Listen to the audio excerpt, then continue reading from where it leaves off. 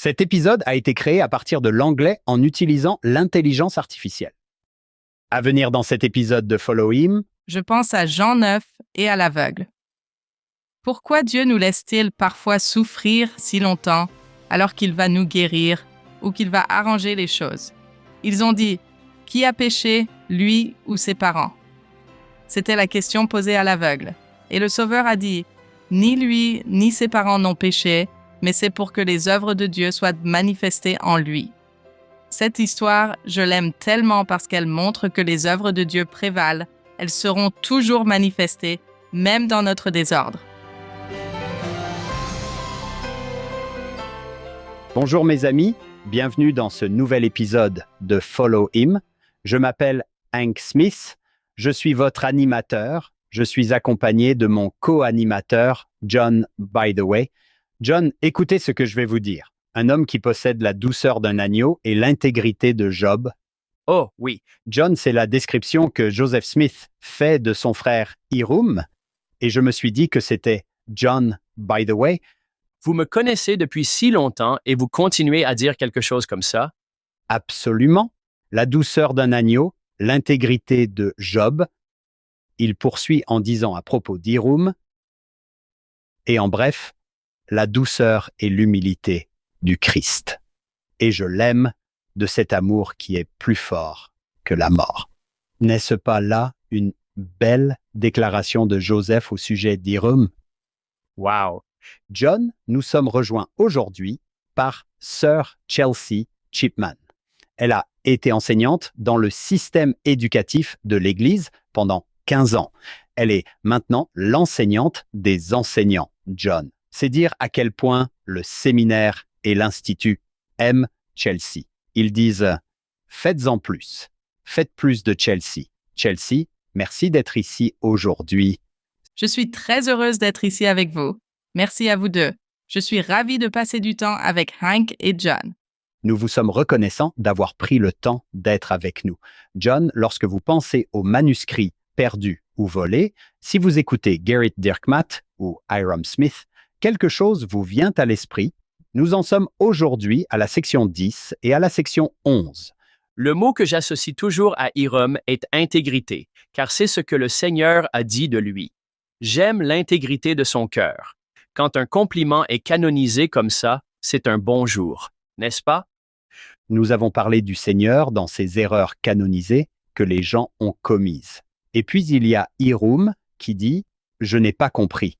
En fait, j'ai dit quelque chose de merveilleux. » Chelsea, en préparant cette leçon, que cherchons-nous aujourd'hui? Que voulez-vous faire? Nous allons revenir à Hiram, si loyal envers tant de gens, mais surtout envers son frère. Pouvons-nous aller à la section 10, un peu de Martin Harris? Il est tellement racontable parce que nous perdons tous des choses. Je vais vous dire ce que j'ai trouvé en commun avec Martin Harris dans une seconde. Mais avant de passer à la section 10, j'aimerais que chacun des auditeurs me suive quelque part pendant une seconde. Ma question est la suivante. Quand avez-vous perdu quelque chose? Quand avez-vous perdu vos clés de voiture? Quand avez-vous perdu une paire de chaussures? Mais la question devient plus sérieuse. Quelle est la chose que vous avez perdue et qui est importante pour vous? J'ai réfléchi à cette question car je pense que nous sommes tous confrontés à la perte dans cette vie. Certains ont peut-être l'impression d'avoir perdu un membre de leur famille. Peut-être que quelqu'un est décédé, ils ont littéralement ressenti cette perte. Mais peut-être ont-ils perdu une amitié, et cela les ronge, ou ont-ils perdu leur emploi. Ils ont peut-être perdu un mariage. Mais nous perdons tous des choses dans cette vie. Comme je l'ai étudié, en particulier la section 10, Dieu a un très beau message pour nous aujourd'hui, en particulier pour ceux d'entre nous qui se sentent perdus ou qui ont l'impression d'avoir perdu quelque chose qu'ils ne peuvent pas ramener et qui se disent qu'ils se sont trompés et qu'ils ne peuvent pas arranger les choses. Je pense donc que Dieu a un message très important pour tous ceux qui se trouvent aujourd'hui dans cette situation et qui ont l'impression d'avoir perdu quelque chose d'important. S'il vous plaît, soyez à l'écoute d'un message du ciel à l'adresse. Il va nous parler aujourd'hui. Oui, j'ai un peu étudié Martin Harris et nous avons beaucoup de choses en commun. Lui et moi sommes nés en 83. D'accord. C'est vrai. Il a juste 200 ans de plus. Nous sommes tous les deux allés à Clarkston, dans l'Utah, et nous avons tous les deux des témoignages du livre de Mormon. J'aime beaucoup les 3 témoins. Même si nous allons parler aujourd'hui d'une histoire difficile à propos de Martin Harris, je ne pense pas que Joseph et les premiers saints auraient pu faire tout ce qu'ils ont fait sans Martin Harris, et surtout sans son soutien financier. Je veux dire que nous ne pourrions pas publier, imprimer le livre de Mormon sans Martin Harris. Il va avoir du mal et nous allons nous pencher sur la question, mais j'aime Martin Harris. Il est l'un des 3 témoins du livre de Mormon. Il ne reniera jamais ce témoignage, même s'il a connu des moments difficiles avec sa foi. Il ne reniera jamais ce témoignage, ce qui renforce mon témoignage personnellement. Quelqu'un s'éloigne, ou bien il aurait pu dire « Je n'ai pas quitté l'Église, c'est l'Église qui m'a quitté. L'Église m'a quitté. » Mais quelle que soit la façon dont on l'exprime, il va s'éloigner à un moment donné de sa vie, mais il ne reniera jamais son témoignage. Il reviendra et, sur son lit de mort, il témoignera fermement que le livre de Mormon est vrai. Et il sera enterré avec un livre de Mormon. Selon Susan Easton Black, le livre de Mormon dans sa main droite lors de l'enterrement et la doctrine des alliances dans sa main gauche sont un livre de commandements. J'adore Martin Harris. Chelsea, quelle introduction. Je vous garantis qu'il y a beaucoup d'auditeurs qui ont dit « c'est moi ». Et dans mon cœur, John, j'ai pensé « quelle leçon à laquelle je n'avais jamais pensé ». Faire face à la perte. Oui, Oui, faire face à la perte. Et des pertes importantes. Comme ces 116 pages, ce sont de grosses pertes. Et regardez ce que le Seigneur fait. Regardez ce que le Seigneur fait. Chelsea, quelle façon de commencer. Permettez-moi de lire un extrait du manuel Viens et suis-moi. La leçon de cette semaine s'intitule « Que vous puissiez sortir vainqueur ». Nous sommes dans 2 sections de la doctrine et alliance, 10 et 11. Voici comment cela commence. Alors que la traduction du livre de Mormon se poursuivait, une question s'est posée. Que devaient faire Joseph Smith et Oliver Cowdery à propos de ces pages perdues de la traduction? Il pourrait être logique de retraduire cette partie, mais le Seigneur a vu quelque chose qu'ils ne pouvaient pas voir. Leurs ennemis avaient l'intention de modifier les mots de ces pages pour jeter le doute sur l'œuvre inspirée de Joseph. Dieu avait un plan pour éviter ce problème et faire avancer l'œuvre. Des milliers d'années plus tôt, Dieu avait inspiré Néphi à écrire un second document couvrant la même période dans un but judicieux en lui. C'est une citation de Néphi dans 1er Néphi 9. « Ma sagesse, dit le Seigneur à Joseph, est plus grande que la ruse du diable. » Voilà un message rassurant à une époque comme la nôtre, où l'adversaire redouble d'efforts pour affaiblir la foi. Comme Joseph, nous pouvons être fidèles et poursuivre le travail pour lequel Dieu nous a appelés. Nous constaterons alors qu'il a déjà prévu un chemin pour que les portes de l'enfer ne prévalent pas contre nous. Entre ces 2 paragraphes et l'introduction de Chelsea, je pense que nous avons pris un excellent départ. Chelsea, où voulez-vous en venir? Allons-nous sauter directement à la section 10? Ou bien voulez-vous nous raconter un peu l'histoire? Un peu plus d'histoire. Martin Harris et sa femme Lucy avaient 25 ans lorsqu'ils se sont mariés. Elle avait 16 ans. Ils sont cousins. J'adore Lucy. Je n'aurai pas besoin de la rencontrer dans la prochaine vie, parce qu'elle a mauvaise réputation auprès de nous, mais elle a vraiment beaucoup d'inquiétudes. Elle va pousser son mari, qui essaie d'aider Joseph à traduire le livre de Mormon, à parler d'aide financière, et elle devient nerveuse. Martin Harris possède beaucoup de terres, dont certaines héritées de son père. Mais il est aisé. Il a 2 fois l'âge de Joseph Smith. Il veut croire Joseph, ce qui va être énorme pour lui, car la plupart des gens ne vont pas croire Joseph. Vers 1827, les Harris se portent très bien. Ils possèdent 320 acres de terres agricoles. Il est clair qu'ils connaissent les Smith. Lucy McSmith va venir parler à Martin Harris, lui faire savoir que l'ange est venu et que Joseph a les plaques, de sorte qu'une grande œuvre est en train de se produire. Martin, j'ai l'impression qu'il veut participer à ce travail. Sa femme s'y oppose. J'essaie de me mettre à sa place et de lui dire « Eh bien, montrez-moi les plaques. Montrez-moi les plaques. Elle va venir avec Martin. Nous allons nous rendre chez eux et je vais fouiller dans leurs affaires. Je cherche les plaques, si je suis Lucie, et je ne les trouve pas. Et Joseph ne veut pas me les montrer, alors elle est anxieuse, elle est nerveuse. Elle ne sait pas trop ce qu'elle en pense. Les voisins se moquent. Pourquoi aidez-vous cette étrange famille Smith? Vous ne savez pas que ce sont des escrocs? Martin se retrouve donc dans une situation difficile. Je pense qu'il sent qu'il y a quelque chose ici. C'est l'œuvre de Dieu. Mais ma femme est bouleversée et d'autres membres de ma famille se posent des questions. Et peut-être que certains d'entre nous se sont trouvés dans une situation similaire. Vous essayez de faire le travail du Seigneur, mais il y a de l'opposition. Et parfois, c'est de la part de nos proches, ce qui rend les choses très, très difficiles. Martin va aller voir le prophète Joseph Smith. Ils traduisent depuis le printemps 1828. Joseph, veux-tu, s'il te plaît, aller voir le Seigneur et lui demander si je peux montrer le manuscrit, montrer ce que nous avons fait à ma femme, à mes parents, peut-être à quelques autres, et les mettre à l'aise en leur disant que c'est légal? Joseph va se tourner vers le Seigneur, lui demander. Le Seigneur, comme nous le savons, va dire « Non, tu ne dois pas ». Joseph va revenir vers Martin. Martin va continuer à pousser, même la pression des pères pour un prophète. Joseph va demander au Seigneur une deuxième fois. Et j'essaie de comprendre Joseph ici aussi. Il n'a pas beaucoup de soutien. Voici quelqu'un qui croit en lui, qui a 2 fois son âge et qui peut l'aider financièrement. Je sais que tout n'est pas une question d'argent, mais je pense que cela en fait partie. Je ne sais pas comment faire. Et il lui a déjà donné de l'argent, n'est-ce pas, Chelsea? J'ai l'impression de vous être redevable. Oui, il demande au Seigneur pour la 2e fois. Le Seigneur dit « Non ». Il retourne auprès de Martin. Cela va aller et venir.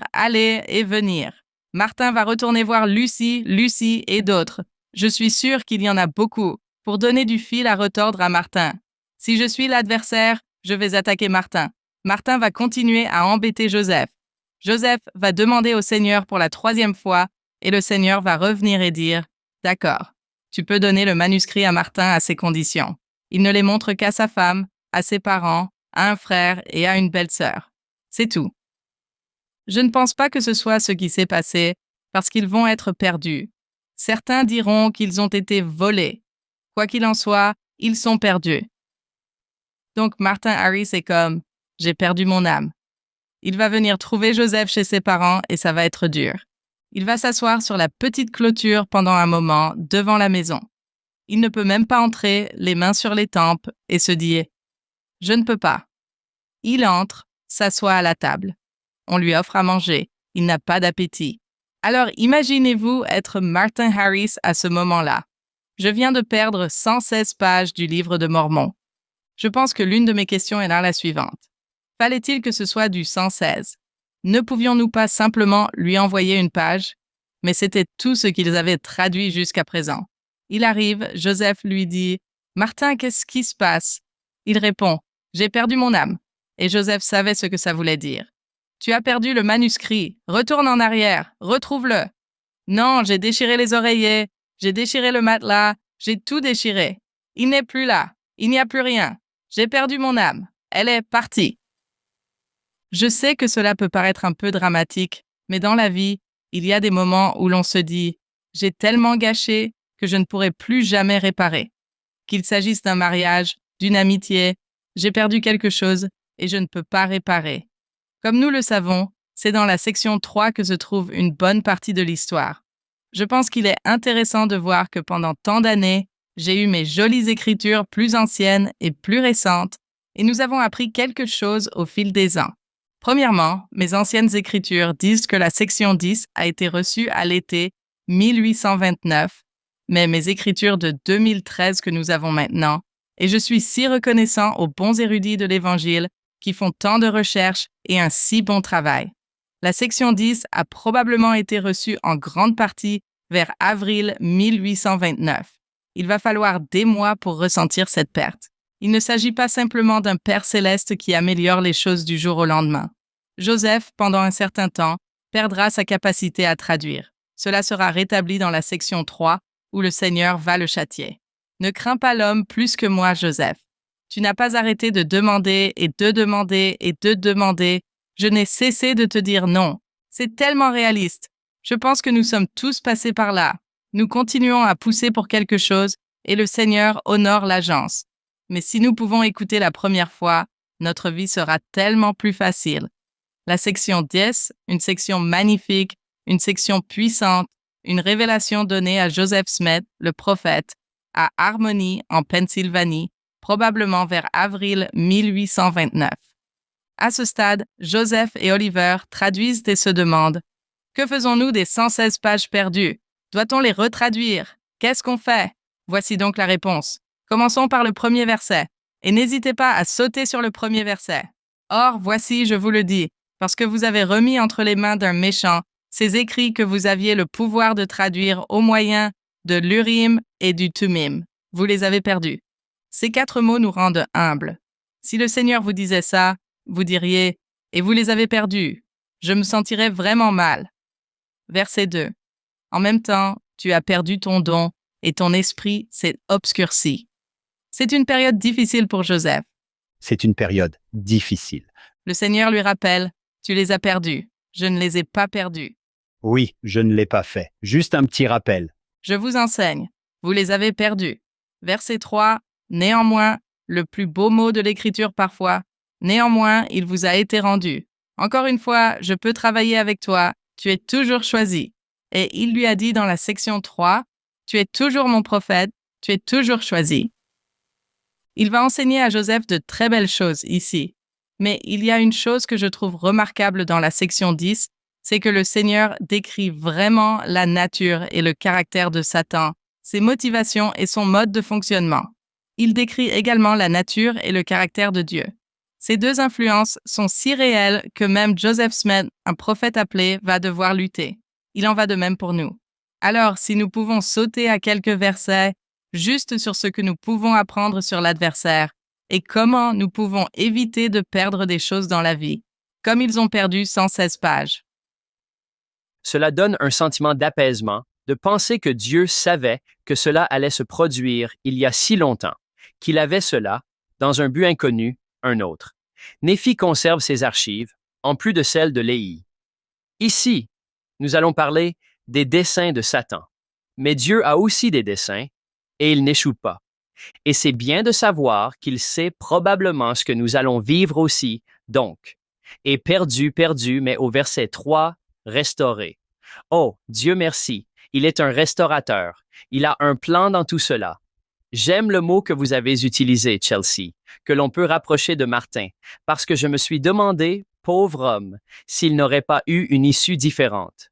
Lucy va voir ça et elle va être tellement excitée et ensuite, nous serons partenaires ensemble dans cette grande cause, ou encore, ils me soutiendront et ne s'inquiéteront pas de la façon dont je consacre mes finances et mes ressources à ce projet. Et nous en avons déjà parlé. Hyenk, sa motivation aurait pu être « Cela va aider mon mariage ». Oui, cela va aider les choses. J'ai ressenti la même chose. Et même lorsque j'ai lu la section 19, je me suis dit qu'il était possible d'en parler. Vous arrive-t-il de lire le Nouveau Testament et d'avoir l'impression, lorsque Pierre se fait engueuler, que vous vous dites « Oui, c'est vrai pour moi aussi. C'est vrai ?» À qui vous identifiez-vous le plus? Eh bien, ce n'est pas Jean, c'est probablement Pierre, n'est-ce pas? Chelsea, j'aime déjà ce que vous faites ici. Vous prenez une histoire que nous connaissons tous, la perte des pages. Nous regardons Martin Harris et nous nous disons « Oh, pauvre type !» et Joseph Smith. « Oh, vous auriez dû écouter. » Et maintenant, vous nous renvoyez le miroir. Vous nous demandez, premièrement, si vous avez déjà perdu quelque chose de très important pour vous. J'ai automatiquement pensé à nos auditeurs, John, qui nous écrivent pour nous dire « Je ne sais pas comment je vais sauver cet enfant. Qu'avons-nous fait de mal? Et cet enfant est bien plus précieux que des pages d'écriture, même si les pages sont précieuses et merveilleuses. Mais c'est déjà ce qui me vient à l'esprit, Chelsea. C'est que je ne regarde plus tellement Martin et Joseph, je regarde ma propre vie et la vie de ceux que j'aime. Et je pense qu'il y a de la force dans tout cela. Détournons nos yeux d'eux pendant une seconde et regardons, nous, nos vies et ce que le Seigneur peut faire pour nous. Et si nous regardons Dieu avec cette phrase, je suis capable d'accomplir mon œuvre, nous nous apercevons que le fait que j'ai vu tout cela n'est pas un hasard. Le fait que, j'ai vu tout cela, j'ai vu tout cela venir, je sais ce qu'il prépare, je m'en occupe. Et Chelsea, pourquoi pensez-vous que le Seigneur a pris autant de temps pour leur dire qu'il avait arrangé les choses? Il aurait pu dire automatiquement, les gars, ne vous inquiétez pas. En fait, je me suis déjà occupé de cela. Mais vous avez dit que cela fait un certain temps que cela pèse. Ils ne savent pas qu'il a réglé le problème. Ils ne savent pas qu'ils n'ont pas ruiné toute la restauration de l'Évangile. J'aime beaucoup cette question. Je pense à Jean 9 et à l'aveugle. Pourquoi Dieu nous laisse-t-il parfois souffrir si longtemps alors qu'il va nous guérir ou qu'il va arranger les choses? Ils ont dit, qui a péché, lui ou ses parents? C'était la question posée à l'aveugle. Et le Sauveur a dit, ni lui ni ses parents n'ont péché, mais c'est pour que les œuvres de Dieu soient manifestées en lui. Cette histoire, je l'aime tellement, parce qu'elle montre que les œuvres de Dieu prévalent. Elles seront toujours manifestées, même dans notre désordre. Et regardez le verset 34. C'est là que le Seigneur va enseigner à Joseph sa sagesse, combien il est plus puissant que toutes les erreurs que nous faisons. D'énormes gâchis. Nous avons perdu une relation. Nous avons perdu une alliance. Certaines de ces grosses pertes nous ont fait dire « Oh là là, j'étais en randonnée et l'anneau a disparu et il représente tout pour moi. » Certains diront « Ce n'est qu'une bague. » Mais pour cette personne, c'est tout. Voici Martin. Son mariage bat de l'aile et nous parlons du livre de Mormon que nous avons perdu. C'est une grosse affaire. C'est vraiment grave. Nous avons perdu un morceau de la clé de voûte. Vous ne pouvez pas perdre cela si vous voulez restaurer l'Église du Sauveur sur la terre. Verset 34. Juste la nature de Dieu. Mais voici la sagesse. Joseph, je vais ajouter, et parce que je vous montre la sagesse et que je vous donne des commandements sur ces choses, ce que vous ferez, ne le montrez pas au monde. Je vais ajouter mes propres mots ici parce que c'est ce que je ressens. Ne le montrez pas au monde, pour l'amour. Comme « Nous avons un plan de secours, mais ne le montrez pas au monde. » Quoi qu'il en soit, je ne devrais pas. Je devrais dire comment le Seigneur le dit. Nous avons utilisé notre plan de secours, n'est-ce pas? Je l'adore. Ok, Joseph, c'est parti. Mais j'aime la façon dont il a introduit « Ok, je vais vous enseigner ma sagesse. » Ne la montrez pas au monde avant d'avoir accompli le travail de traduction. Verset 35. Ne vous étonnez pas. J'aime ces deux mots. Je pense que ce que le Seigneur dit, et il dit souvent cette phrase, c'est que l'étonnement est toujours suivi de ne pas s'étonner.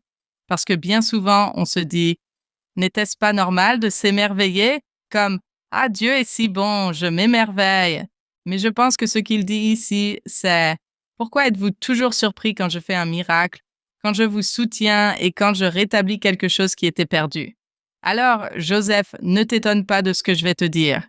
Crois, apprends à me connaître. Je suis un Dieu de miracles. Voici donc la sagesse, ne la montrez pas au monde. Il va le répéter. Vérifiez, car j'ai dit, ne le montrez pas au monde, 3 fois. Verset 36, je n'ai pas dit que vous ne le montrerez pas au juste. 37, mais Joseph, que ton cœur soit béni, tu ne peux pas toujours juger les justes des méchants. Et j'ai l'impression que je peux m'identifier à cela, que le don et le pouvoir de discernement, c'est un don pour lequel il faut prier. Je pense que c'est particulièrement vrai de nos jours. Mais il dit, comme tu apprends à discerner, garde le silence, Joseph.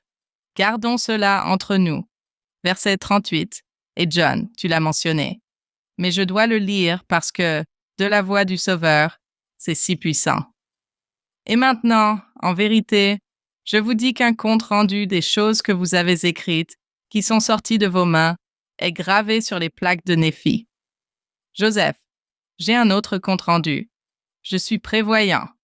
J'ai parlé à Néphi. Je l'ai invité il y a tant d'années. Il y a 2400 ans. Oui, je l'ai vu venir. Incroyable. Je savais ce qui allait se passer. Ainsi, dans les paroles de Mormon, versets 3 à 7, 1er Néphi 9, nous pouvons y aller si nous le voulons, mais Néphi se sentant poussé à faire une autre série d'enregistrements. Il les appelle tous les deux Néphi, le registre de Néphi.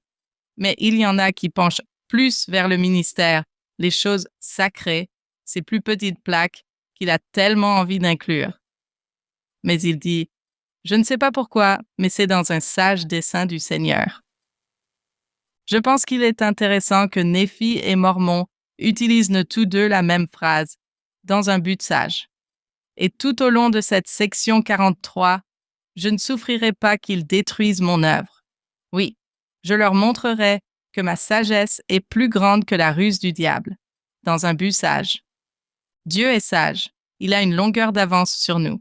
Pourtant, parfois, nous nous étonnons encore de sa bonté, de ses plans de secours et de ses solutions à long terme à nos problèmes immédiats. Avec Dieu, rien n'est jamais perdu pour toujours. Il est le grand restaurateur de toutes les bonnes choses. J'adore cette histoire. Chelsea, la semaine dernière, le Dr Ford nous a dit que le Seigneur est le maître du contrôle des dégâts, n'est-ce pas? Il peut intervenir et commencer à nettoyer les choses. Chelsea, permettez-moi de vous poser une question qui, je pense, pourrait traverser l'esprit d'un étudiant, en particulier d'un jeune. Si vous saviez que j'allais faire cette erreur, pourquoi me laisser la faire? Je peux presque entendre Joseph et Martin, du moins dans ma tête, dire « Vous saviez? Vous le saviez. Pourquoi faire tout cela si vous le saviez déjà ?» Il y a de la sagesse à réfléchir à cela. Si le Seigneur sait que je vais faire une énorme erreur, pourquoi ne m'en empêche-t-il pas? Eh bien, la première chose qui me vient à l'esprit, et nous devons être très prudents en parlant au nom de Dieu, ou en essayant de comprendre ce qu'il dirait. Mais ce qui me vient à l'esprit avec cette question, c'est « Eh bien, qu'est-ce que tu voulais que je te dise? Et je t'ai déjà dit non 2 fois, et vous continuez à venir me voir. J'ai donné à mes enfants des moyens d'action. Tu es venu et tu as demandé des conseils, et je t'ai donné des conseils, mais tu n'en as pas voulu.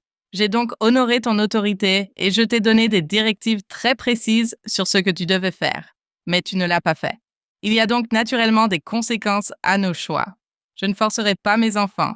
Je ne vous obligerai pas à écouter et à suivre mes conseils. Je ne vous obligerai pas à le suivre. C'est un choix de le suivre et de me suivre. Mais ce qui est si beau, c'est sa miséricorde. N'oubliez pas que le Seigneur est miséricordieux. Dans la section 3, je peux encore travailler avec vous. Mais oui, les 116 sont perdus. Oui, et qu'avez-vous appris? Vous n'allez jamais refaire ça, n'est-ce pas? Joseph ne le fera jamais. Ouais, Parce que s'il avait dit « Oui, vous pouvez le montrer », quelle serait la prochaine chose à faire? Je ne sais pas. Mais peut-être que je pense, en tant que parent, que c'est toujours « Vous savez combien nous aimons toutes les expériences d'apprentissage, les épreuves. » Mais c'est un moment où l'on se demande ce que l'on a appris, ce qui peut peut-être les aider à aller de l'avant. Chelsea, John, je suis dans l'enseignement religieux depuis 2 décennies et demie. Et maintenant, je commence à réaliser la beauté du chapitre 1 de Moïse, à quel point il est précieux. Le Seigneur nous dit, « Voici mon objectif final, voici ma mission, réaliser l'immortalité et la vie éternelle de l'homme. » Je pourrais faire cela parfaitement. Je pourrais faire en sorte que tout le monde ne fasse pas d'erreur. Je pourrais présenter les choses comme je l'entends, mais ce n'est pas mon objectif final. Mon objectif final, ce sont les enfants qui me choisissent, qui ont utilisé leur pleine capacité d'action pour me choisir. Je pense que si vous pouvez vous rappeler que le Seigneur est centré sur la mission, vous pourriez vous dire « Oh, il me laisse faire des erreurs pour que je puisse apprendre, pour que je puisse choisir de devenir comme lui. » John, qui a dit que le Seigneur ne veut pas des enfants qui font ce qui est bien, il veut des enfants qui veulent et choisissent de faire ce qui est bien. Frère Renland, n'est-ce pas? Ce que j'aime aussi ici, c'est que je me souviens d'avoir lu dans 3 Néphi 21 qui est l'endroit d'où vient l'idée de Joseph Smith. Voici 3 Néphi 21h10. La vie de mon serviteur est entre mes mains. C'est pourquoi ils ne lui feront pas de mal, bien qu'il soit entaché à cause d'eux. Cependant, je le guérirai. Maintenant, écoutez mot pour mot cette phrase, car je leur montrerai que ma sagesse est plus grande que la ruse du diable. C'est mot pour mot ce qui se trouve au verset 43 de la section 10. Je leur montrerai que ma sagesse est plus grande que la ruse du diable. Encore une fois, je l'ai vu venir. Jésus l'a vu venir et l'a même partagé avec les Néphites et a utilisé cette phrase exacte. J'ai trouvé cela incroyable. Ces 3 Néphi, qu'est-ce que c'était, John? 3 Néphi 20 et 1-10. Je leur montrerai que ma sagesse est plus grande que la ruse du diable. Encore une preuve que le Seigneur l'a vu venir. Comme vous l'avez dit, Hank, il a un objectif, c'est de réaliser notre immortalité et notre vie éternelle. Et il est capable d'accomplir son œuvre. Chelsea, pourrions-nous nous arrêter un instant et parler à nos auditeurs de votre magnifique point de départ? Ma sagesse est plus grande que la ruse du diable. Et je pourrais même ajouter ici où vos erreurs, votre folie, votre humanité. Comment aider les parents et les grands-parents qui pensent « Oh, si j'avais fait les choses différemment, j'aurais peut-être sauvé le témoignage de cet enfant. C'est ma faute. » Ce verset, ma sagesse est plus grande que votre rôle de parent. Ma sagesse est plus grande que vos erreurs. Pouvez-vous nous en parler? Mon éducation est meilleure que la vôtre. Je suis aussi votre parent. Je reviens à la section 3, verset 1. Les œuvres, les desseins et les intentions de Dieu ne peuvent être anéantis. Verset 3. Souvenez-vous que ce n'est pas l'œuvre de Dieu qui est frustrée, mais l'œuvre des hommes. Et comme vous l'avez dit, Moïse 1,39, l'œuvre est la gloire de Dieu. Tout ce qu'il fait pour réaliser notre immortalité, notre vie éternelle. Les œuvres de Dieu ne sont pas frustrées. L'agence est l'endroit où nous sommes frustrés, ce qui est très intéressant parce que nous nous sommes battus pour ce don. Nous nous battons et nous nous sommes battus pour l'agence et nous n'aimons pas que les gens nous disent ce qu'il faut faire. Mais parfois, nous voulons dire à nos enfants ce qu'ils doivent faire.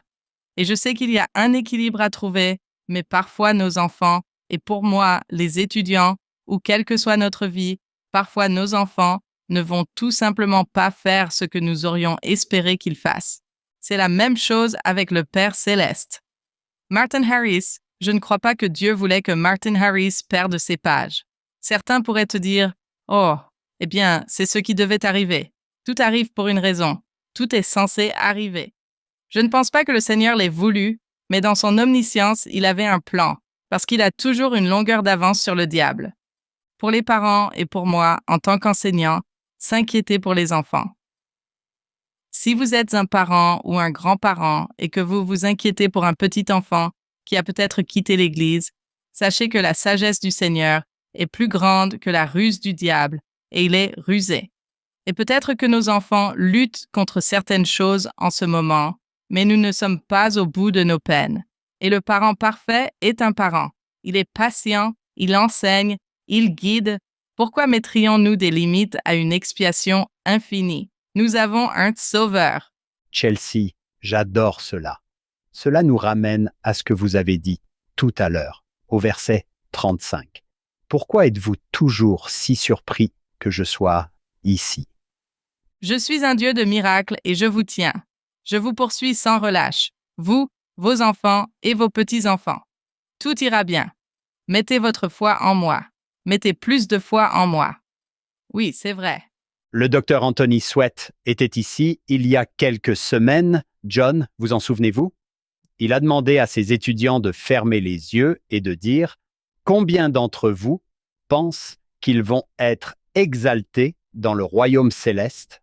Et « Oh, certaines mains sont un peu, je ne sais pas. » Et il a dit « Que pensez-vous que le Seigneur en pense ?»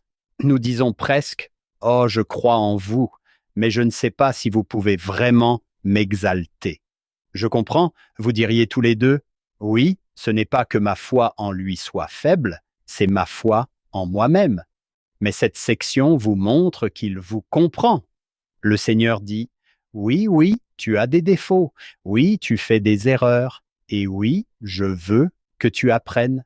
Non, ce n'est pas bien de faire ces choses, mais au-dessus de tout cela, en surplomb de tout cela, il y a je contrôle la situation. Je m'en occupe. Je suis vraiment content que vous ayez parlé de Moïse 1,39, parce que j'ai l'impression que certains parents pourraient le retraduire comme si quelqu'un les pointait du doigt en tant que mère, en tant que père, et leur disait « C'est votre travail et votre gloire d'amener à l'immortalité et à la vie éternelle de vos enfants. » Et le Seigneur n'a pas dit « Non, en fait, c'est mon travail, et je suis capable de faire mon travail. » La partie n'est donc pas encore jouée. Accrochez-vous. Je voudrais lire le verset 45 et partager une petite histoire qui vient de la conférence générale. Mais le verset 45, juste dans ce que vous disiez, voici, il y a beaucoup de choses gravées sur les plaques de Néphi qui jettent une plus grande lumière sur mon évangile. C'est pourquoi j'estime qu'il est sage que vous traduisiez cette première partie des gravures de Néphi et que vous l'envoyiez dans cette œuvre. J'aime les vues plus larges. Grâce à toute l'expérience que vous avez vécue, vous allez avoir une vision plus large. Et je pense que c'est la vie. Dans les moments difficiles que nous traversons, nous nous disons « Pourquoi n'ai-je pas écouté le message ?» C'était clair. Dans ce cas, la réponse de Joseph a été assez claire. Non, d'accord, mais c'est à ça que ça doit ressembler. Il était clair. Souvent, au cours de notre vie, nous avons un sentiment, nous nous disons que nous ne devrions pas faire cela. Parfois, nous le faisons quand même. Et puis nous passons par cette expérience vraiment difficile. Mais si, à la fin, nous nous repentons, nous trouvons le Sauveur, nous avons tendance à avoir une meilleure vision des choses. Pour ceux d'entre nous qui ont perdu des êtres chers, j'en ai perdu quelques-uns dans ma famille proche et cela a été difficile. Mais j'ai maintenant une plus grande vision de Dieu et même de la vie future. Je sais qu'il y a une vie au-delà de celle-ci et je suis reconnaissant pour les perspectives plus vastes qui s'offrent à moi. Et je voudrais juste partager une petite histoire de la conférence générale. C'était en octobre 2024, la joie de notre rédemption, Sœur Ye, deuxième conseillère dans la présidence générale de la Société de secours. Si vous vous en souvenez, elle raconte qu'elle a été invitée à peindre une image du Sauveur et qu'elle a été très intimidée à l'idée de le faire. Cette histoire m'a rappelé tout ce qui concerne la section 10, la perte des 116 pages, le désordre dans lequel nous nous trouvons et la façon dont Dieu est si rédempteur et donne des vues encore plus grandes et apporte un compte-rendu supplémentaire. La sœur Yi a dit ceci. Il y a une dizaine d'années, je me suis sentie impressionnée par l'idée de peindre un portrait du Sauveur. Bien que je sois une artiste, je me sentais un peu dépassée. Comment allais-je faire pour peindre un portrait de Jésus-Christ qui rende compte de son esprit? Par où commencer et où trouverais-je le temps? Malgré mes questions, j'ai décidé d'aller de l'avant et de faire confiance au Seigneur pour m'aider. Mais je devais continuer à avancer et lui laisser les possibilités. J'ai prié, réfléchi, fait des recherches et des croquis et j'ai eu la chance de trouver de l'aide et des ressources. Et ce qui n'était qu'une toile blanche a commencé à devenir quelque chose de plus. Le processus n'a pas été facile. Parfois, ne ressemblait pas à ce que j'avais espéré. Parfois, il y a eu des moments d'inspiration et d'idées. Et souvent, je devais simplement essayer encore et encore. Lorsque j'ai pensé que la peinture à l'huile était enfin terminée et sèche, j'ai commencé à appliquer un vernis transparent pour la protéger de la saleté et de la poussière. J'ai alors remarqué que les cheveux de la peinture commençaient à changer, à s'étaler et à se dissoudre. J'ai rapidement réalisé que j'avais appliqué le vernis trop tôt. Cette partie du tableau était encore humide. Elle gâche littéralement une partie de cette magnifique peinture du Sauveur. Je regarde le tableau en ce moment même. Elle y a consacré tellement de temps, elle s'est même sentie poussée à faire cela.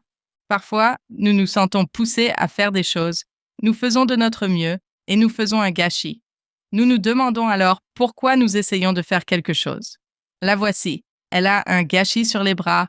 Elle dit « J'avais littéralement effacé une partie de ma peinture avec le vernis. Mon cœur s'est effondré. J'avais l'impression de détruire ce que Dieu m'avait aidé à faire. J'ai pleuré. Je me suis senti mal à l'intérieur. Désespéré, j'ai fait ce que n'importe qui ferait dans une telle situation. J'ai appelé ma mère. Elle m'a dit sagement et calmement, « Tu ne retrouveras pas ce que tu avais, mais fais de ton mieux avec ce que tu as. » J'ai donc prié et demandé de l'aide, et j'ai peint toute la nuit pour réparer les choses. Je me souviens d'avoir regardé la peinture le matin. Elle était plus belle qu'avant. Comment cela a-t-il été possible? Ce que je considérais comme une erreur à ne pas réparer était une occasion pour sa main miséricordieuse de se manifester. Elle nous livre son plus beau témoignage sur la façon dont Dieu peut réparer les choses cassées, comment il peut réparer une peinture en désordre. S'il se soucie suffisamment d'elle pour l'aider avec son tableau, alors il se soucie de nous aider avec nos tableaux de la vie. Il va nous aider à réparer les erreurs que nous avons commises, les pertes que nous avons peut-être créées, et le résultat pour elle a été une profonde gratitude pour son Sauveur. Alors qu'elle s'émerveillait probablement, il lui disait peut-être « Ne t'émerveille pas, tu sais que je m'en occupe. » Son tableau est devenu encore plus beau après qu'elle l'ait gâché. Waouh! Quel beau rapprochement! C'est difficile à exprimer, mais j'espère que tous ceux qui écoutent ressentent la même chose que moi, c'est-à-dire, qu'est-ce que cela vous dit de lui? Le maître enseignant, si aimant, si gentil et si bon. Et je reviens toujours à ce que vous avez dit tout à l'heure, Chelsea. Les gars, pourquoi êtes-vous si surpris quand je fais ça à chaque fois? Pourquoi vous émerveillez-vous à chaque fois? C'est magnifique. John, peux-tu le mettre en mots pour moi parce que je n'arrive pas à trouver les mots? Vous pouvez consulter le texte lui-même, mais ce qui est merveilleux, c'est que vous pouvez l'appliquer à une échelle beaucoup plus grande, et c'est ce que vous avez fait avec brio, Chelsea. J'ai écrit dans ma marge, « Vous essayez de contrecarrer l'œuvre de Dieu, et elle s'avère meilleure de toute façon. Vous essayez donc de faire descendre le mot, et vous finissez par le faire monter. C'est bien cela. Mais ce que vous venez de faire, Chelsea, c'est de l'appliquer à merveille. Les épreuves nous permettent d'avoir une meilleure vision de tout. Une raison de plus de dire « Ne vous étonnez pas, je fais ça tout le temps. » Éthers 12:6, vous ne recevez de témoignages qu'après l'épreuve de votre foi. Si nous voulons obtenir des témoignages, j'enseigne à mes enfants du séminaire, même à mes étudiants de l'Institut, que les 4 premières lettres du mot témoignage, ce qui vient avant le témoignage, c'est un test. Il y aura des tests. Il y aura des tests de foi. Certaines viendront naturellement parce qu'un Seigneur omniscient voit que vous êtes prêts à apprendre. D'autres viendront à cause de notre stupidité, de la façon dont nous utilisons l'agence. D'autres viendront à cause de l'agence des autres. Mais dans tous les cas, le Seigneur est là pour nous guider, pour nous bénir. Si nous nous perdons, il peut nous aider à retrouver qui nous sommes. Si nous perdons quelque chose en chemin, il a des solutions à long terme. Il a aussi les petites assiettes prêtes pour nous. Lorsque nous perdons nos 116 pages, je pense que nous devons faire davantage confiance au Seigneur. L'adversaire est réel. Si nous passons notre vie à penser que Satan n'est pas réel, et Satan veut nous faire croire qu'il ne l'est pas, mais c'est un grand séducteur. Et une bonne partie de ce chapitre parle de la façon dont il essaie d'entrer dans le cœur de nos gens. Nous devons donc apprendre à protéger nos cœurs.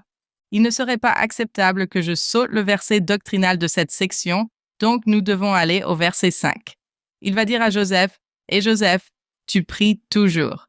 Prie toujours, Joseph, afin que tu puisses sortir vainqueur, que tu puisses vaincre Satan et que tu puisses échapper aux mains des serviteurs de Satan qui soutiennent son œuvre. » Je ne pense pas que nous puissions sous-estimer le pouvoir de la prière quotidienne et de la prière pour le pouvoir sur la tentation. Bien sûr, il faut coupler cela avec une bonne étude des Écritures, mais ce concept de prier toujours est crucial pour avoir du pouvoir sur l'adversaire. Car comme vous l'avez dit plus haut, Satan a des plans astucieux, mais Dieu a aussi des plans. Quels sont les plans que nous allons suivre? J'aime vraiment le nom de votre podcast. C'est si simple, mais c'est une belle invitation. Follow him. Suivez-le. C'est vraiment à nous de choisir qui nous allons suivre. Priez toujours. Puis-je poursuivre avec le verset 33? C'est ainsi que Satan pense dominer votre témoignage dans cette génération. Le témoignage des 3 témoins, ce qu'ils ont déjà écrit, le témoignage, la restauration, mais élargissez cela à nous tous. La première tâche pour lui est d'essayer d'écraser votre témoignage dans cette génération. Et quand vous pensez à la parabole du semeur, la première chose que fait le semeur, c'est d'aller semer. Quelques-uns tombèrent sur la terre ferme et les oiseaux vinrent les dévorer. C'est ce que je mets toujours à côté de cela. Si vous essayez de planter la parole de Dieu dans votre cœur, vous allez rencontrer de l'opposition. Les oiseaux seront là pour les dévorer. Vous savez, vous allez rencontrer de l'opposition si vous essayez de planter un témoignage dans votre cœur, parce que Satan veut dominer votre témoignage dans cette génération. Et le témoignage était notre arme dans la guerre au ciel. Je ne pense pas que nous avions des F-16 spirituels, bien que j'aime l'idée. Je pense que notre témoignage était notre arme. Maintenant, nous sommes dans un lieu différent et qu'est-ce qu'il va essayer de maîtriser? Notre témoignage. Je pense que c'est intéressant de voir que l'on parle spécifiquement de témoignage. C'est vrai?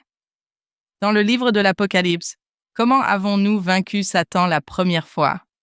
Par le sang de l'agneau et la parole de notre témoignage. Naturellement, dans cette vie, c'est une continuation. Verset 33. Là où vous êtes, Satan pense. Il pense. Si je peux me débarrasser de ces 116 pages, alors je peux salir le témoignage de tout le monde. Nous pouvons juste en finir avec toute cette affaire. Et alors, avec quoi nous attaque-t-il? Satan se dit, si je peux faire dévier cet enfant de sa route pendant quelques années, c'est fini. Mais avec le Sauveur, ce n'est jamais fini. Il est prévoyant, il sait ce dont ses enfants ont besoin, et il sait où sont ses brebis perdues. Avec lui, nous ne sommes jamais vraiment perdus. Si quelqu'un lit le verset 5 et se demande comment prier toujours, il y a des choses que je dois faire. Oui, c'est vrai. Frère Bednar a donné, je parie que vous vous en souvenez tous les deux, octobre 2008, Pray Always, où il parle de la façon dont le Seigneur a créé la terre dans le chapitre 3 de Moïse. Et ceux qui sont passés par le temple peuvent y penser aussi. Il a dit, il y a une création spirituelle et une création temporelle. Il a dit, une prière matinale significative peut être une création spirituelle de votre journée. Vous créez donc spirituellement votre journée dans votre prière du matin. Puis vous allez vivre. Le soir, vous revenez et vous faites le bilan de cette création spirituelle. Ai-je fait tout ce que j'avais prévu de faire? Il ajoute. Ensuite, au cours de la journée, nous gardons cette prière dans notre cœur. Ainsi, notre prière du soir s'appuie sur notre prière du matin et en est le prolongement. Et notre prière du soir est aussi une préparation à une prière du matin pleine de sens. Et il a ajouté, du matin au soir, il faut toujours prier. J'ai adoré cela. Je ne sais pas ce qu'il en est pour vous, mais les prières du soir sont plus naturelles pour moi. Les prières du matin sont un peu plus difficiles jusqu'à ce que j'écoute ce discours et que je me dise que c'est la clé. Je vais créer spirituellement ma journée. Quand j'étais assez jeune, mes parents m'ont emmené voir le film Un violon sur le toit. Et je pense que ce personnage, Tevier, parlait avec Dieu toute la journée. Lorsqu'il se promenait avec son chariot à lait, il levait les yeux et disait des choses. Il avait toujours une conversation en cours. J'ai trouvé cela très intéressant. Et parfois, les choses qu'il disait étaient assez drôles. Je sais que nous sommes un peuple choisi, mais de temps en temps, ne pourriez-vous pas choisir quelqu'un d'autre? Cela m'a aidé à penser que je suis toujours en contact. Dans les Écritures, on n'entend pas beaucoup parler de Satan. Il n'y a pas de chapitre et de chapitres. Mais cette section, celle-ci, est un peu à part, où le Seigneur dit « Regardez, voici à qui vous avez affaire. » Ce n'est pas quelque chose qu'il faut ignorer. Ce n'est pas quelque chose dont on ne doit pas s'inquiéter. Oui, c'est une chose qui m'a frappée. Ce n'est pas que nous aimions les sections sur l'adversaire. Cependant, sur une note plus légère, j'ai été entraîneur de basketball féminin au lycée pendant quelques années. Et l'une des choses que nous faisions, c'était de regarder les films des matchs.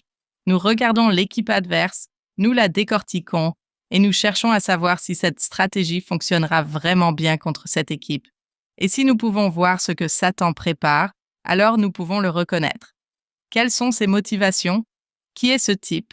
L'un des principaux objectifs du livre de Mormon. Oui, Corior, Shérem, Amalikia, oui. c'est un film de match. Oui, c'est vrai. La section 10 est une sorte de jeu vidéo cool qui expose Satan, ce que j'adore. Quand il montre son visage hideux, on se dit « Et au début, il n'a pas l'air laid. Nous pouvons discerner et être comme « c'est un peu laid ». Mais ce qu'il fait, c'est qu'il essaie d'embrouiller nos cœurs. Je vais passer rapidement sur quelques versets, mais 10, Satan a mis dans leur cœur d'altérer les paroles. Ce n'est pas nécessairement eux qui ont eu cette idée. Satan est toujours derrière les mauvaises idées. C'est juste son influence. Verset 13. Car il l'a mis dans leur cœur. Encore une fois, même en remontant d'un verset, c'est pourquoi le diable a cherché à mettre au point un plan astucieux pour détruire cette œuvre. Revenons au verset 20. En vérité, je vous le dis, Satan a une grande emprise sur leur cœur. Il les pousse à l'iniquité contre ce qui est bon. Parlons un peu des conspirateurs. Verset 21. Leurs cœurs sont corrompus et remplis de méchanceté et d'abomination, mais je ne pense pas que cela ait commencé ainsi pour eux. Je pense que Satan commence par leur cœur. Il commence par leur esprit. Mais au verset 21, leurs cœurs sont complètement corrompus. Ils sont pleins de méchanceté et d'abomination, et ils aiment les ténèbres plutôt que la lumière, parce que leurs œuvres sont mauvaises. C'est pourquoi ils ne me demanderont rien. 22. Satan les excite afin de conduire leurs âmes à la perdition. Je pense que c'est vraiment intéressant, parce que ceux qui sont sous l'influence de l'adversaire, je ne sais pas ce qu'il leur dit, mais peut-être qu'il a l'impression qu'ils sont copains-copains avec lui. Mais le verset 22 dit que non. Non seulement Satan essaie de détruire Joseph et ses gars, ici qui cherchent à faire le travail du Seigneur, mais il va aussi conduire leurs âmes à la destruction, les conspirateurs. Au verset 27, on peut lire « C'est ainsi que Satan va et vient sur la terre, cherchant à détruire l'âme des hommes. » Il ne pense qu'à détruire les âmes. C'est triste. C'est comme si, mec, c'était quoi ton problème? Mais nous devons savoir que c'est le caractère de l'adversaire, que c'est réel. Et je pense qu'il est intéressant de voir qu'au verset 21, ces gens aiment les ténèbres plutôt que la lumière. Puis Jésus-Christ, au verset 57, se présente. « Voici, je suis Jésus-Christ, le Fils de Dieu. » Et au verset 58, il dit « Je suis la lumière qui brille dans les ténèbres, et les ténèbres ne la comprennent pas. » Pour qu'ils conduisent leurs âmes à la destruction. Leurs âmes sont précieuses. J'adore le verset 25. Il les flatte et leur dit que ce n'est pas un péché de mentir, afin de prendre un homme en flagrant délit de mensonge et de le faire périr. Et j'ai mis dans ma marge, maintenant, ils sont en train de créer un piège. Mais ils mentent pour pouvoir dire que vous avez menti. Versets 20 et 1. Il a préféré les ténèbres à la lumière parce que leurs œuvres sont mauvaises, c'est pourquoi ils ne me demanderont rien. Oui, pourquoi ne pas demander? C'est très beau. Quels sont les moyens d'éviter de perdre les 116 pages de notre vie? Lorsque nous demandons à Dieu de nous guider, et je pense que nous devrions le faire, nous pouvons nous épargner de grands maux de cœur en suivant ses conseils dès la première fois.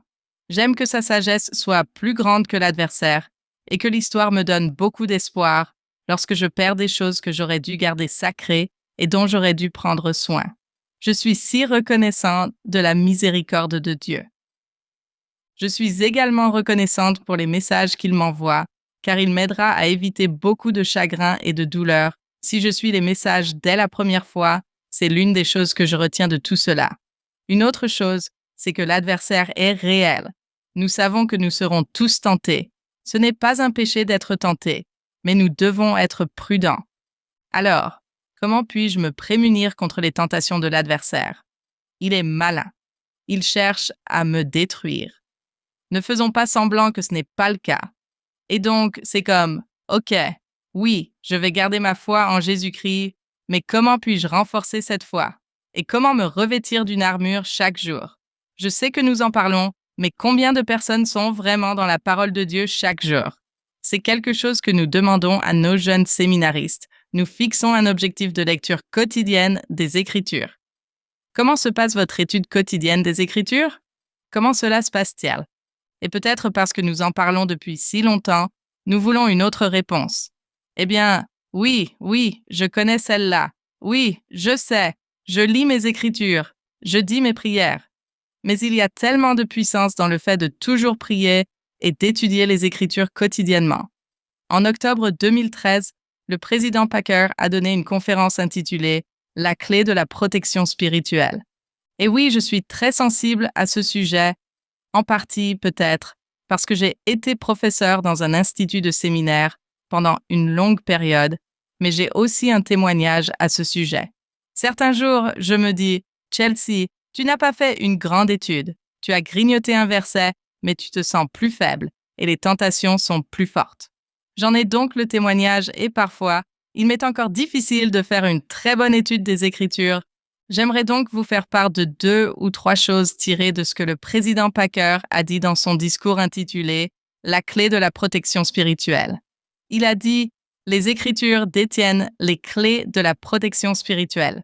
Elles contiennent la doctrine, les lois et les ordonnances qui amèneront chaque enfant de Dieu à témoigner de Jésus-Christ comme le Sauveur et le Rédempteur. » Puis, il raconte une non-histoire. Il y a des années, frère S. Dilworth Young des 70 m'a enseigné une leçon sur la lecture des Écritures. Un pieux était aux prises avec des tensions et des difficultés parmi les membres, et il fallait donner des conseils. J'ai demandé au président Young, « Que dois-je dire? » Il a répondu simplement, « Dites-leur de lire les Écritures. » J'ai demandé, « Quelles Écritures? » Il a répondu, « Cela n'a pas vraiment d'importance. Dites-leur d'ouvrir le livre de Mormon, par exemple, et de commencer à lire. Bientôt, le sentiment de paix et d'inspiration viendra et la solution se présentera d'elle-même. » Le président Packer a ensuite déclaré, « Intégrez la lecture des Écritures à votre routine et les bénédictions suivront.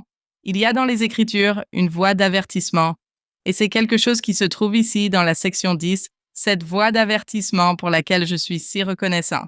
Il y a dans les Écritures une voix d'avertissement, mais il y a aussi une grande nourriture. Et nous devons nourrir notre esprit. Nous devons nous revêtir d'une armure chaque jour. » Ce sont mes mots. Le président Packer termine en disant « Si le langage des Écritures vous semble d'abord étrange, continuez à lire. Bientôt, vous reconnaîtrez la beauté et la puissance qui se cachent dans ces pages. Nous prions toujours, nous étudions les Écritures quotidiennement et nous aurons le pouvoir de vaincre la tentation. Nous pouvons vaincre l'adversaire et nous le ferons si nous puisons chaque jour dans la puissance de Jésus-Christ, en priant sans cesse et en nous imprégnant de ses paroles. Il y a tant de puissance dans les paroles de Jésus-Christ. Je suis reconnaissant pour les Écritures. Oui, je vais vous donner un deuxième témoin. Il s'agit du président Benson, 1986. Souvent, nous consacrons beaucoup d'efforts à essayer d'augmenter les niveaux d'activité dans nos pieux. Nous travaillons avec diligence pour augmenter le pourcentage de ceux qui assistent aux réunions de Sainte-Seine. Nous nous efforçons d'obtenir un pourcentage plus élevé de jeunes en mission. Nous nous efforçons d'améliorer le nombre de ceux qui se marient au temple.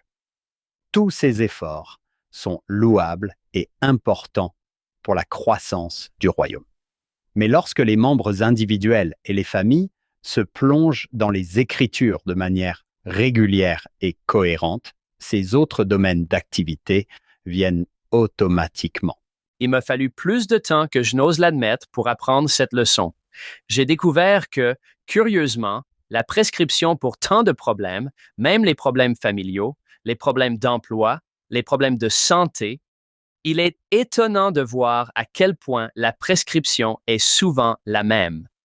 Lisez-vous les Écritures? J'ai entendu quelqu'un dire un jour que la critique ne change pas les gens.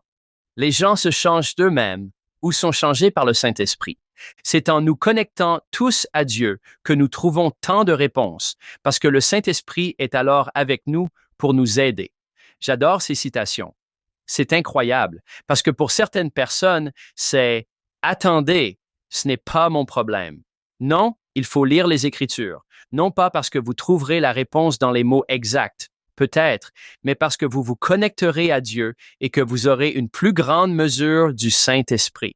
Nous avons des auditeurs qui nous suivent depuis des années, John.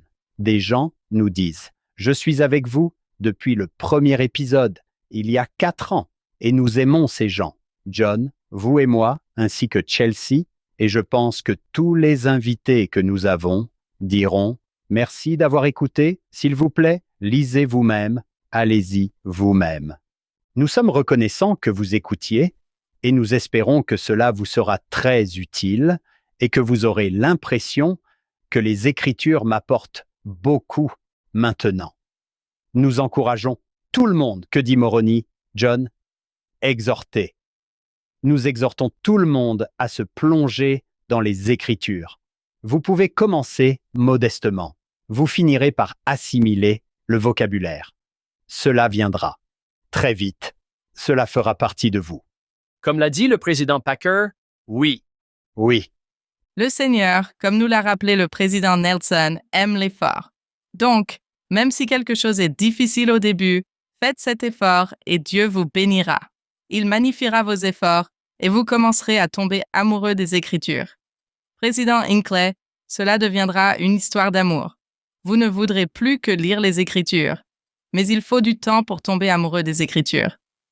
En ce qui me concerne, j'ai pu constater que plus tôt je me plonge dans la parole de Dieu, mieux se passe ma journée. Donc, si quelqu'un a besoin d'un coup de pouce, qu'il est midi et que la journée a déjà été difficile, faites une pause. Lisez les Écritures pendant 10 ou 15 minutes, faites une prière, lisez quelques versets et voyez si cela peut vous aider à changer votre journée. Invitez le Saint-Esprit et commencez à apporter les bénédictions de l'expiation de Jésus-Christ par la puissance de sa parole. Voici frère Richard J. Scott, un discours puissant, le pouvoir des Écritures. Il s'agit d'octobre 2011, nous revenons un peu en arrière aujourd'hui. Il nous dit « Écoutez attentivement, parce que la puissance de la parole de Dieu est étonnante. » Il dit « Si nous réfléchissons, réfléchir à un passage de l'Écriture peut être une clé pour débloquer la révélation, la direction et l'inspiration du Saint-Esprit. Les Écritures peuvent calmer une âme agitée, apporter la paix, l'espoir et restaurer la confiance en sa capacité à surmonter les défis de la vie. Elles ont le pouvoir de guérir les problèmes émotionnels lorsque l'on a foi dans le Sauveur. Elles peuvent accélérer la guérison physique. Je ne sais pas si je comprends bien comment tout cela fonctionne, mais je sais que c'est grâce à la puissance de Jésus-Christ et à ses paroles. puisque nous sommes sur le sujet, j'aimerais aborder quelque chose, John, que nous n'avons pas vraiment abordé dans le podcast auparavant, et Chelsea, vous pouvez nous aider. Il s'agit de quelqu'un qui dit « J'aime bien écouter le podcast Follow Him » ou « Unshaken » ou « Don't Miss This » ou même les conférences générales. Êtes-vous en train de me dire que je ne fais pas ce qu'il faut si je ne suis pas assis avec mon livre ouvert? Que répondriez-vous à cela? D'après mon expérience, lorsque je regarde votre podcast ou si je regarde Don't Miss This, je trouve que cela me donne envie d'aller dans la parole et d'étudier les Écritures pour moi-même, en particulier Come Follow Me. J'ai tendance à regarder plus souvent le podcast Come Follow Me. Si je veux étudier les Écritures, je vais aller sur le podcast Come Follow Me et je trouve de la motivation en regardant les podcasts. Parfois, c'est le multitâche qui est en moi. Je peux tondre la pelouse. Aujourd'hui même, cette discussion avec vous deux m'a permis d'acquérir de grandes connaissances et je vous en suis reconnaissant. Mais je pense qu'il faut trouver un équilibre. Si nous nous contentons de regarder des podcasts, nous n'ouvrons jamais la parole de Dieu à notre propre révélation personnelle et je pense que nous passons à côté de certaines des plus grandes vues que Dieu pourrait nous donner dans nos études personnelles. Je l'adore. J'adore ça. Un podcast comme le nôtre, c'est un complément, pas un substitut. N'y a-t-il pas une histoire dans le livre des Actes des Apôtres à propos d'un homme qui essaie de lire les Écritures et ne peut pas les comprendre. De laquelle s'agit-il, Chelsea? Je sais que tu le sais. Eh bien, essayons Acte 8 et voyons si c'est ce que vous cherchez. Philippe 30. Dites-moi si c'est votre verset. Et Philippe courut vers lui et l'entendit lire le prophète Isaïe et dit, « Comprends-tu ce que tu lis? Je me demande si, à la première ou à la 500e fois, l'un d'entre nous comprend ce qu'il lit. » Et il dit, « Comment le pourrais-je si un homme ne me guide pas? » Et il a demandé à Philippe de venir s'asseoir avec lui. C'est donc vrai pour moi, en lisant les Écritures, parfois j'apprécie quelque chose, un supplément pour m'aider à comprendre la parole de Dieu. Et bien sûr, nos prophètes, voyants et leaders sont les premiers à nous aider à comprendre les Écritures, et un podcast qui va citer les prophètes, je pense, est vraiment important. Absolument. Le Seigneur ne dit-il pas, « John, enseignez-vous les uns les autres » Où cela se trouve-t-il? Est-ce section 80? 88 peut-être.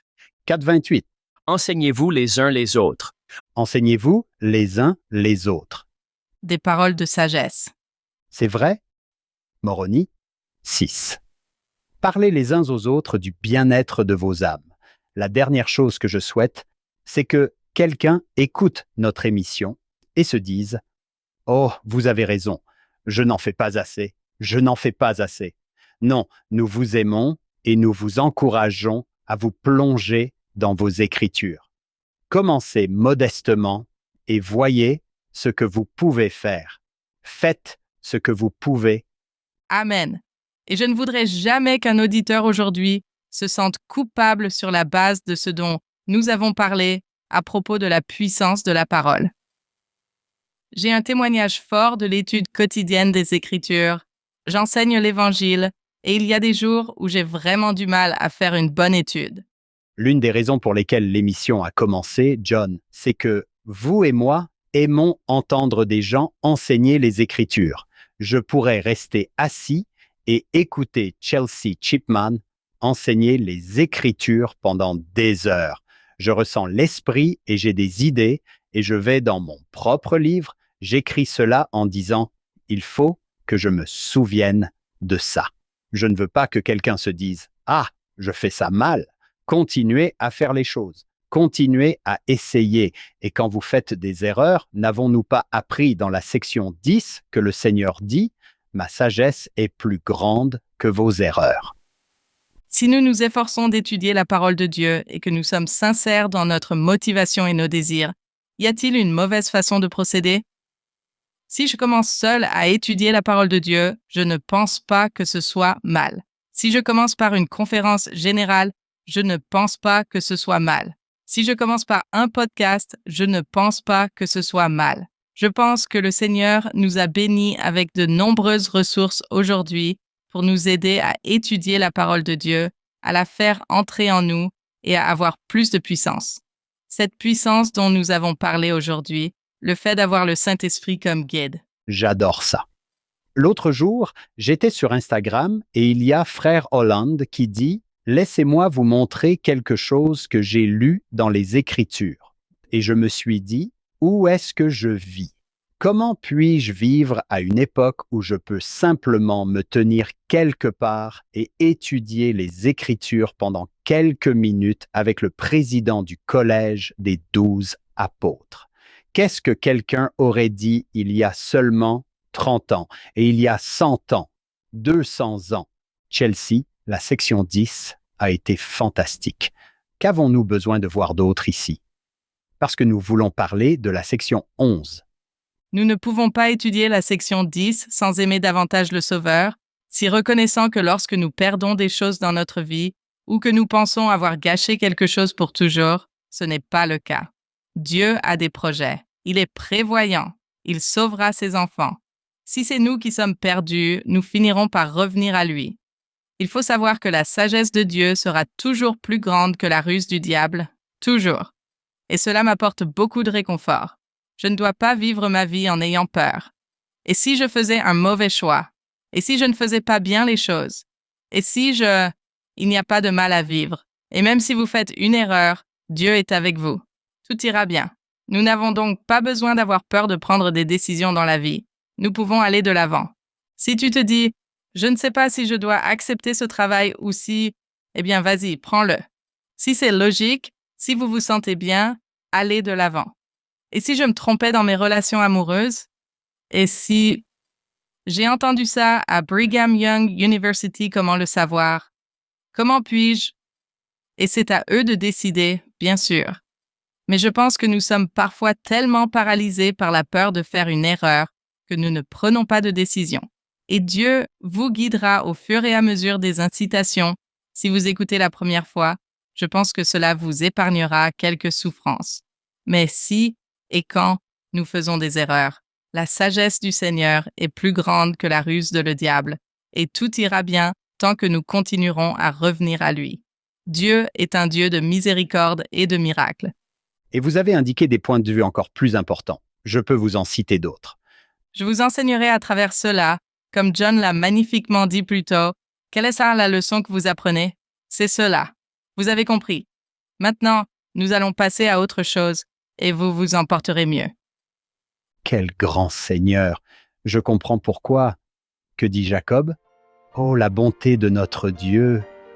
N'est-ce pas? Oui. Le point d'exclamation.